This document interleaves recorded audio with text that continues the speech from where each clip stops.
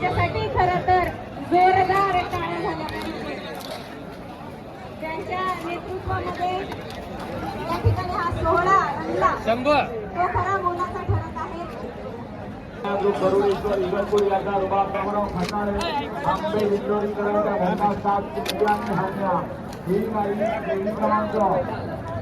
सात मध्ये 3 नंबर तासा पाहणारा याची बैलगाडी मालकाने नोंद घ्या.